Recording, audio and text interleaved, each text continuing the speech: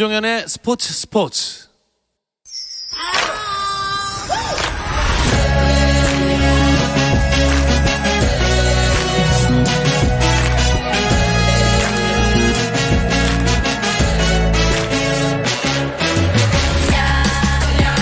목요일에는 해외 축구 이야기 함께하고 있습니다. 라디오의 발롱도르를 꿈꾸면서 박찬하와 이건의 발롱도르가 아닌 랄롱도르 시작하겠습니다. 스포츠 목요일의 남자죠. 박찬하 축구 해설위원 함께합니다. 안녕하세요. 네, 안녕하세요. 오늘은 굉장히 에너지가 넘치시네요. 네, 이런 날도 있어야죠. 요새는 좀 잘 쉬셨나 봐요.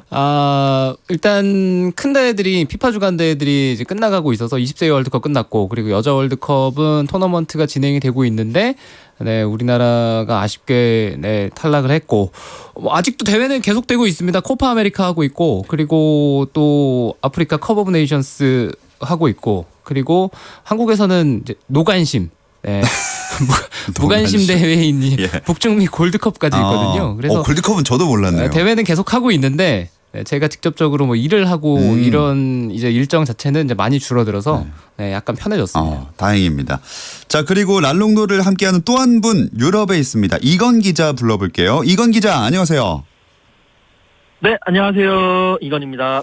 자, 이건 기자도 취재거리 정말 요새 별로 없을 것 같아요. 네, 뭐 소위 말해서 지금 시기가 좀 비수기인데요. 네. 그래도 뭐 여기 취재 현장을 찾아서 많이 돌아다니고 있는데, 지금 제가 나와 있는 곳이 그 런던 남부의 뱅크 오브 잉글랜드 스포츠 센터라고 해서 지금 그 유명한 윈블던 테니스 대회 예선 현장에 지금 나와 있습니다. 외도를 하시는 건가요?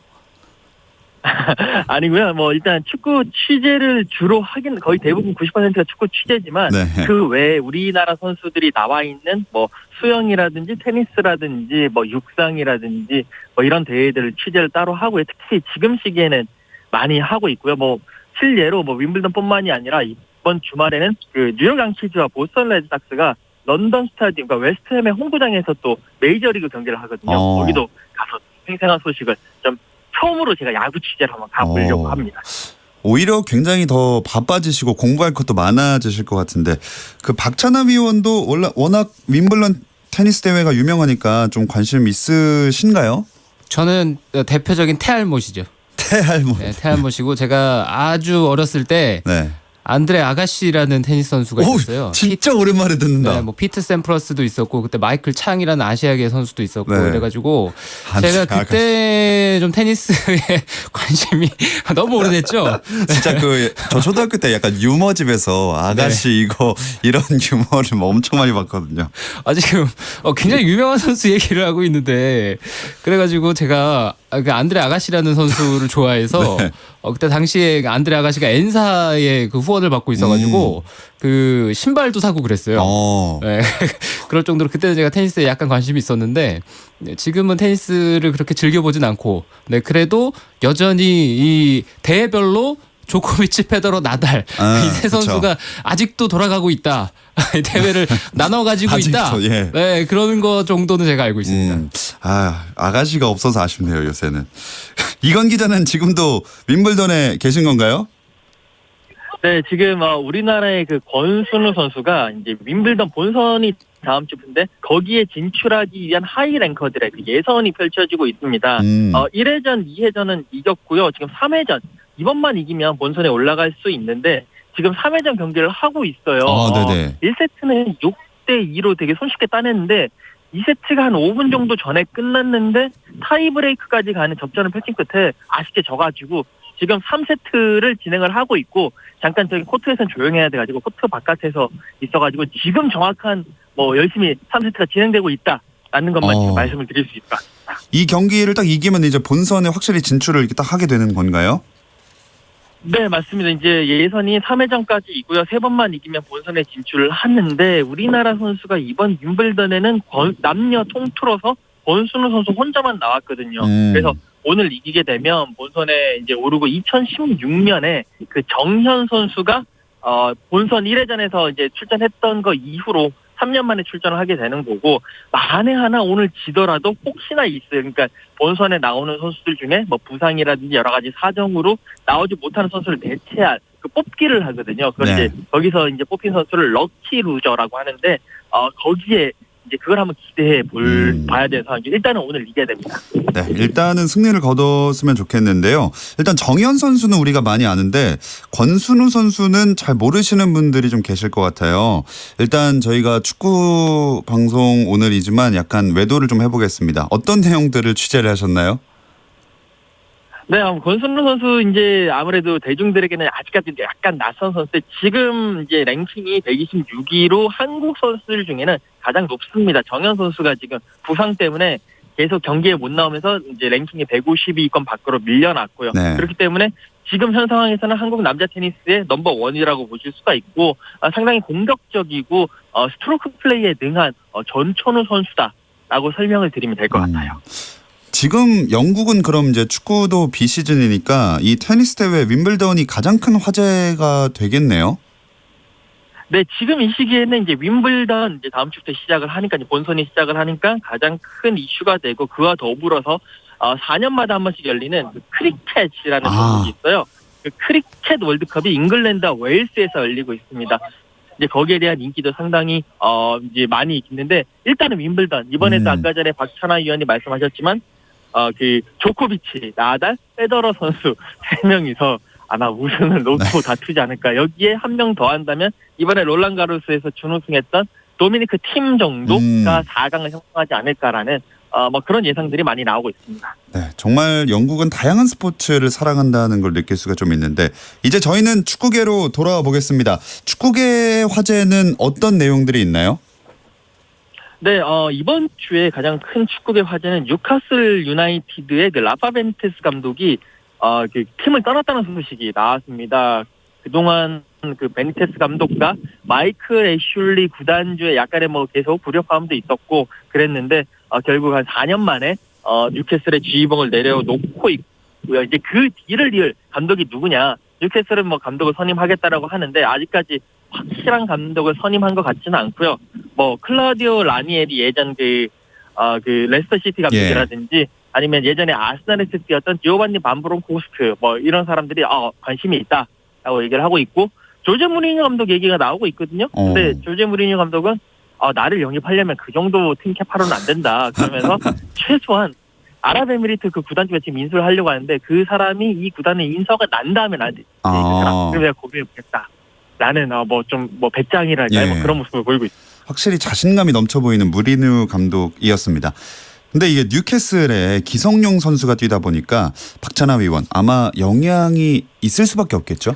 어떤 감독이 선임이 되느냐에 따라서 영향을 받을 수가 있겠죠. 아무래도 기성용 선수의 스타일 자체가 감독 성향에 따라서 주전을 계속해서 싸워야 되는 그런 상황으로 볼 수도 있고 실제로 베니테스 감독 시절에도 기성용 선수가 몸 상태가 괜찮고 이럴 때는 스타일에 따라서 기성용 선수가 중용됐던 시기도 있었고 그렇지 못한 시기들도 있었는데 감독이 바뀌게 되면 아무래도 처음부터 다시 세팅을 하게 되거든요. 어떤 성향의 감독이 오느냐. 만약에 기성용 선수와 궁합이 잘 안 맞는 스타일이라고 한다면은 킥앤러시를 한다거나 뭐 많이 뛰고 이런 걸 좋아하는 감독이라면 아무래도 기성용 선수를 우선시하기는 좀 어려운 측면도 있으니까 영향이 아주 없다고는 보기는 어렵겠죠. 예, 참 어떤 감독이 올지가 참 중요하겠습니다. 그리고 토트넘이 선수 영입에 나섰다는 소식이 드디어 얼마 만인지 모르겠는데 드디어 좀 들리는 것 같아요. 네, 이번 시즌만큼은 이제 포체티노 감독에게 이적 자금을 토트넘 구단 측에서 줄 것 같습니다. 지난 시즌에는 한 명도 영입을 못했었는데 그래도 괜찮았던 것은 토트넘이 주축 선수를 많이 지켜냈다는 거였거든요. 네. 이제는 포체티노 감독이라든가 이제 토트넘 선수들을 아무래도 마음을 잡아놓기 위해서는 이적 자금이 주어지고 그리고 지금 가장 먼저 연관이 되고 있는 선수가 은돔벨레라는 선수인데 미드필드 포지션이거든요. 그래서 이 선수를 영입함으로 해서 이제 중원을 채우는 것부터 토트넘이 시작을 할 것이다. 이런 예고가 있습니다. 그 이강인 선수랑 관련된 얘기들도 점점 구체화되는 게 있던데요. 이강인 선수는 이제 임대를 선택을 할 것이냐. 그런데 발렌시아 구단 측에서도 20세 이하 월드컵에서 골든볼을 수상한 이강인 선수를 쉽게 놔주고 싶어 하진 않는 것 같거든요. 하지만 이강인 선수 측에서 임대를 계속해서 얘기를 하고 있는 모양새고 현재 구체화되고 있는 팀은 발렌시아 이제 지역팀입니다. 레반테라는 팀에서 강력하게 이강인 선수를 원하고 있다. 그리고 이 레반테 감독이 발렌시아 B팀 감독 출신이거든요. 그래서 이강인 선수를 누구보다 잘 알고 있어서 아무래도 강력한 러브콜이 있는 것 같은데 상황은 조금 더 지켜봐야 될 것 같습니다.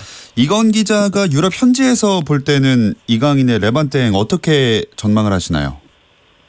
네, 지금 이 유럽 현지 특히나 스페인 그 발렌시아 지역에서는 어차피 이강인 선수가 지금 발렌시아에서 많이 못 뛸 바에는 한 시즌 정도 임대를 가서 뛰는 게 좋다. 그리고 그 행선지가 레반테라면 베스트다라는 그런 분석을 내놓고 있습니다. 일단 뭐 말씀하신 대로 레반테는 발렌시아 지역 팀이기도 하고 그렇기 때문에 이강인 선수가 따로 뭐 이사를 갈 필요가 없어요. 뭐 레반테 홈에서 발렌시아 홈까지 한 3km 정도니까 걸어서 정말 한 가깝네요. 30분 40분 정도. 네, 완전 그런 가까운 곳이고 그리고 또 레반테 그 이제 전술 스타일이 이번에 그 이세야 월드컵에서 우리 정종현 감독이 많이 썼던 3백의 3-4-1이라든지 3-4-3이라든지 이런 3백을 기반한 포지션, 그러니까 포메이션을 씁니다. 네.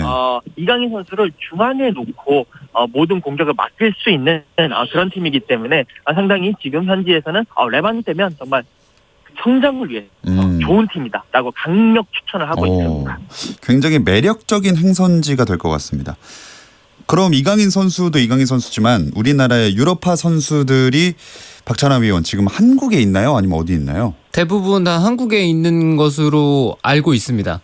네, 일부 선수들은 뭐 외국 여행을 간 선수가 있으면은 한국에 없을 수가 있겠지만 네. 외국에서 뛰고 자세히 있는 선수 가운데는 예. 대부분 다 한국에 있는 걸로 알고 있습니다. 휴가 일정까지 저희가 알기는 어렵기 때문에 이건 기자, 유럽 리그 선수들은 그럼 전부 다 휴식기고 다 여행 가 있나요? 네, 아닙니다. 이제 몇몇 선수들은 휴식기에 여행도 가 있지만 또 이제 대부분의 이제 많은 하부리그 팀이라든지 하위권 팀 선수들은 지금부터 이제 모이기 시작을 했고요. 물론 선수들마다 그 6월달에 있었던 A매치 기간이라든지 뭐 이런 7월 A매치 기간이라든지 이런 일정에 따라서 막 일주일이나 열흘 정도 늦게 합류를 하기는 하지만 이제 많은 선수들이 모이고 있고 이제 뭐 체력 훈련이라든지 이런 것을 몸을 끌어올리면서 7월 중순에 이제 프리시즌 매치 특히 정상급 팀들은 아시아 투어를 준비를 한 그런 시점입니다. 자, 이 아시아 투어로 유벤투스가 우리나라에 오면서 호날두를 다시 한번 볼 수 있다는 소식도 들리기도 했는데 이 이야기는 잠시 쉬었다 와서 나눠보겠습니다.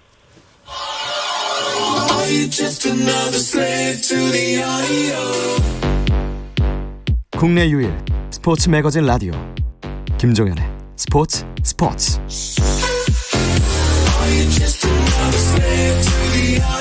해외 축구 라디오 방송의 발롱도르를 꿈꾼다. 박찬하 이건의 랄롱도르. 스튜디오에는 박찬하 축구 해설위원, 영국에 있는 이건 기자 함께하고 있습니다. 유럽 리그 팀들이 새로운 시즌에 들어가기 전에 투어 일정을 이렇게 소화를 하는데 유벤투스를 비롯해서 요새는 이제 정말 유명한 팀들이 아시아 시장 공략을 위해 이 아시아 투어 일정을 많이 잡는 것 같아요. 근데 또 모든 팀들이 이런 일정을 소화하는 건 아니죠? 대부분의 빅클럽들은 프리시즌에 이렇게 투어 일정을 잡습니다. 그리고 몇 시즌 전부터는 이 비시즌 기간 동안에 ICC라고 해서 인터내셔널 챔피언스컵이라는 대회 자체가 있어서 이제 프리시즌과 연계를 해서 이제 팀들이 투어 형식으로 이렇게 가기도 하거든요. 그러니까 어느 곳에 쉽게 생각하시면은 이렇게 보시면 돼요. 어느 지역을 갔을 때 우리가 돈을 가장 많이 벌 수 있겠느냐. 네, 구단들도 중요하죠. 이제 그렇죠. 구단들이 이 수익에 있어서는 대단히 민감해지고 그리고 최대한 프리시즌에도 돈을 많이 벌 수 있는 쪽으로 행선지를 택하는 것이 요즘의 추세입니다. 그렇군요. 근데 그 중에서 이건 기자, 왜 아시아 지역을 유독 유럽 팀들이 많이 찾아온다 최근 들어서 그런 생각이 들까요? 네, 뭐 박위원께서 말씀하신 대로 뭐 처음에는 이제 돈적인 수익적인 측면이 크거든요. 아시아에 한번 오면 뭐 기본적으로 뭐 대전료라든지 여러 가지 그런 돈으로 해서 한 수십억 원을 벌 수도 있고 특히 아시아 쪽에서의 그런 시장 확대의 개념 여기에 많은 팀들이 아시아 혹은 뭐 북미도 있지만 그쪽으로 많이 모이다 보니까 대전 상대를 찾기 위해서라도 유럽에 있으면 이제 조금 낮은 팀들밖에 안 되니까 기왕에 붙을 거 정상급 팀이랑 같이 붙자. 라는 그런 개념으로 많이 아시아를 찾고 있습니다. 근데 이건 기자도 한번 이 아시아 한국 투어 오셔야 되지 않나요? 네, 그래서 저도 그 7월 중순에 그 싱가포르와 그리고 또 상하이에서 ICC컵 그 대회를 합니다. 그거 취재차 가는 길에 겸사겸사 한번 한국에 들러가지고 네, 여러분들도 좀 만나 뵙는 시간을 한번 가지려고 저도 한국 투어 기획하고 있습니다. 그럼 직접 출연을 할 계획이 있으신 건가요? 네, 뭐 조율되고 있는데요. 저도 뭐 여러 가지 대전료라든지 이런 걸 생각을 하면서 열심히 조율을 하고 한 다다음 주 정도에 한번 찾아뵙도록 하겠습니다. 아유, 제가 안 그래도 얼마 전에 손흥민 선수 그 다큐멘터리 있잖아요. 거기서 이건 기자가 인터뷰를 이렇게 하시더라고요. 그래서 여기는 대전료가 많이 주셔서 이게 얼굴도 나오나 저희도 한번 찾아와 주셔가지고 얼굴도 한번 보여주시고 한번 이 면대면으로 대화 좀 나눠야 되지 않겠습니까? 네, 알겠습니다. 7월 중순에 꼭 찾아뵙도록 하겠습니다. 네, 대전료는 저희 제작진과 한번 상의를 잘 해보시고요. 네, 제 손은 떠난 것 같습니다. 자, 그나저나 남미 팀들은 코파 아메리카 대회를 치르고 있는 중인데 이건 기자, 유럽에서도 이 코파 아메리카 관심이 있나요? 지금 유럽 현지에서는 사실 코파 아메리카는 약간의 논외 대회로 보고 있거든요. 그러니까 뭐 리오넬 메시 선수의 경기 정도에 조금 관심을 가지고 있고, 그리고 자기네들 소속팀에 있는 선수, 예를 들어서 뭐 토트넘을 취재하는 매체 같은 경우에는 그 콜롬비아의 다빈손 산체스가 뭐 경기를 뛰었더라, 뭐 이런 식의 정도만 이제 취재를 하고 있지, 그렇게까지 크게는 부각을 시키지 않고 있고요. 뭐 윈블던, 크리켓 월드컵, 그리고 21세 이하 유로피안 챔피언십 뭐 이런 대회들을 열심히 취재를 하고 있습니다. 자, 오늘 그 코파 아메리카 이야기는 박찬하 위원이랑 계속 이어가고, 이건 기자는 우리 그 윈블던 테니스 경기 권순우 선수 3차전 그 봐야 되니까 이만 인사를 한번 나눠보도록 하겠습니다. 자, 오늘 고맙습니다. 네, 감사합니다. 자, 이제 코파 아메리카로 돌아와서 브라질 대 파라과이전을 시작으로 8강전이 이제 시작이 돼요. 네, 조별리그가 끝나고 이제 토너먼트가 시작이 됩니다. 8팀이 남아서 이제 우승을 향해서 가게 되어 있는데 이제부터가 시작이라고 볼 수가 있습니다. 브라질 대 파라과이 경기가 8강 첫 번째 경기인데 브라질은 이번 대회 가장 강력한 우승 후보거든요. 그리고 다른 팀과 비교해 봤을 때도 가장 전력이 안정적이고 또 개최국이라는 이점까지도 있습니다. 또 다른 경기들을 한번 관전 포인트를 쭉 짚어볼게요.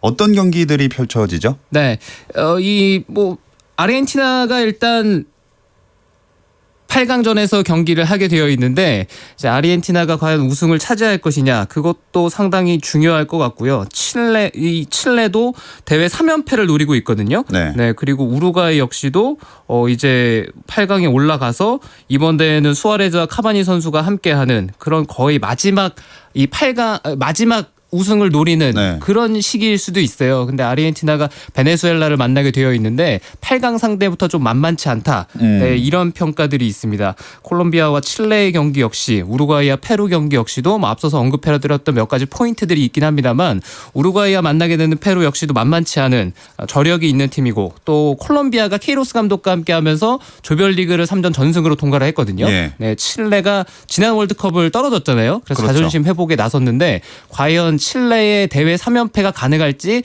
그것을 콜롬비아가 막아설 수 있을지, 네, 상당히 흥미로운 8강 대진들이라고 할 수가 있습니다. 이 칠레의 산체스 선수가 사실 소속팀인 맨체스터 유나이티드에서는 워낙에 부진해서 참 욕도 많이 먹고 그랬는데, 그래도 대표팀 가면은 어느 정도 제 역할을 해주는 것 같아요. 칠레는 대부분 애국자 스타일이 많아요.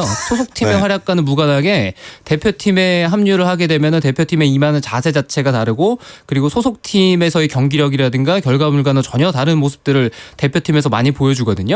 네, 그런 모습 덕분에 지난 2번의 코파 아메리카에서 우승을 차지할 수 있었고, 칠레 대표팀은 비엘사 산파울리로 이어지는 그런 전술적 유연함 더하기 선수들이 그 대표팀에서 헌신하겠다는 자세 자체가 더해졌기 때문에 그런 강력한 모습을 나타낼 수가 있거든요. 네, 산체스 선수 역시도 맨체스터 유나이티드에서는 부진한 모습이지만 이번 대회에 뛰는 모습 봤을 때는 맨체스터 유나이티드에 있을 때보다는 역시 좋은 모습이고, 그리고 바르가스가 대표적인 애국자입니다. 맞아요. 네, 클럽팀에서 터트리는 골보다 대표팀에서 터트리는 골이 더 많을 정도로 이 선수는 약간 특이한 경력의 소유자거든요. 그래서 바르가스를 비롯해서 뭐 비달이라든가 베테랑 선수들도 많고, 또 이번 대회는 일부 포지션에 이제 젊은 선수로 세대 교체가 되어서 이제 그 부분도 칠레를 조금 더 강하게 만들고 있습니다. 역대로 살펴보면 참 진짜 애국자 축구 선수가 쭉 있었던 것 같아요. 옛날에 독일의 포돌스키 선수도 하도 국가대표에서만 잘해서 국대스키란 별명도 있었잖아요. 레반도스키도 대표팀 가면은 골을 많이 터뜨렸었죠. 또 어떤 선수들이 좀 애국자 스타일이었을까요? 역대로? 애국자 스타일이라고 한다면 대표팀에서 잘하는 선수가 있고 그리고 클럽팀에서 잘하는 선수가 있는데 애국자 스타일의 선수보다는 클럽팀에서만 잘하는 선수를 찾는 게 더 빠릅니다. 애팀자. 네. 누가 있을까요? 클럽팀에서만 잘하는 선수들을 찾는 게 뭐 대표적으로 리오넬 메시가 있죠. 네. 그러네요. 이번 코파 아메리카에서도 여전히 소속팀에서의 활약만큼 보여주지 못하고 있는데 아르헨티나 선수는 대부분 그러네요. 네. 이 비애국자라고 해야 되나? 애국자 스타일이 없어요. 아르헨티나는 약간 이제. 자본주의에 조금 움직이지 않나. 아르헨티나는 뭐 이제 뭐 8강전을 앞두고 있습니다만 베네수엘라랑 8강을 당장에 걱정해야 될 정도로 뭐 대표적으로 아르헨티나 생각하시면 될 것 같습니다. 그러네요. 아니 진짜 이번에 아르헨티나가 8강에 올라오긴 왔는데 저는 진짜 못 올라올 거라고 생각했거든요. 진 경기도 있었던 걸로 기억하고 굉장히 힘들게 올라왔죠. 아르헨티나가 힘들었죠. 조별리그 3차전에서 카타르를 잡고 겨우 8강에 턱걸이했는데 정말 못하죠. 아르헨티나는 이번 코파 아메리카뿐만 아니라 지난 러시아 월드컵에서도 굉장히 실망스러운 팀이었고 근데 이 팀을 바라보실 때 메시가 있고 아구에로가 있고 뭐 이런 좋은 선수들이 있는데 왜 못하지라고 그러니까요. 생각을 하시면 안 돼요. 안 되는군요. 왜냐하면은 그냥 그 맨체스터 시티의 아구에로와 이 아르헨티나 대표팀의 아구에로는 다른 선수라고 생각하시면 편하고 그냥 이름만 갖고 생김새가 똑같은 약간 쌍둥이 같은 개념이구나 이렇게 생각을 하시면 편하고 아르헨티나는 지금 문제가 많습니다. 수비부터 해서 공격까지 그 어느 포지션 하나 믿고 맡길 포지션이 없고 뭐 천하의 리오넬 메시라고 하더라도 지금 아르헨티나 대표팀에서는 이제는 과거와는 다르게 한 명이 잘해서 대회를 우승시키고 이런 세상이 아니거든요. 네네. 축구가. 네. 뭐 리오넬 메시 선수 역시도 조별리그에서는 그렇게 좋은 모습은 보여주지 못했습니다. 참 이 쌍둥이 같은 다른 선수다라고 말씀하시니까 생각나는 게 저는 정말 그 축구 게임 같은 거 보면 이렇게 선수 카드가 나오는데 그게 막 국가대표 카드가 나올 때도 있고 똑같은 선수가 클럽팀 카드가 나올 때도 있는데 능력치가 다르고 이러잖아요. 뭔가 그 능력치가 굉장히 다른 버전을 보는 것 같은 그 정도로 국가대표만 가면 아르헨티나 선수들이 워낙에 부진한 모습들을 많이 보여서 이번 대회가 아무래도 리오넬 메시 선수의 마지막 국가대표 우승 도전이 되지 않을까 싶은데 할 수 있을까요? 그런데 내년에도 또 코파 아메리카는 있고요. 그리고 돌아보면 아르헨티나가 2014년 브라질 월드컵 때 우승에 근접해서 결승까지 갔었고 지난 2015, 16 코파 아메리카를 연속으로 칠레에게 패하면서 준우승에 머물러서 그렇지 최근에 월드컵에서의 성적을 보면은 월드컵에서 아주 꾸준하게 높은 수준을 자랑했던 건 아니었어요. 네, 그러니까 아르헨티나는 그 베이징 올림픽에서 금메달을 차지했었던 황금 세대들, 리오넬 메시를 필두로 해서 아구에로라든가 이런 황금 세대들이 저물어가면서 지금 그 이후에 청소년 대회에서도 아르헨티나가 좋은 모습을 보여주지 못하고 있거든요. 네, 지금보다 어쩌면 아르헨티나는 앞으로가 더 걱정입니다. 저희가 우루과이 페루 얘기를 조금 덜 한 것 같은데 우루과이 페루는 어떻게 보시나요? 아무래도 우루과이가 전력을 봤을 때는 뭐 타바레스 감독이 오랫동안 팀을 지휘했고 카바니와 수아레즈가 있는 우루과이가 전력상으로는 더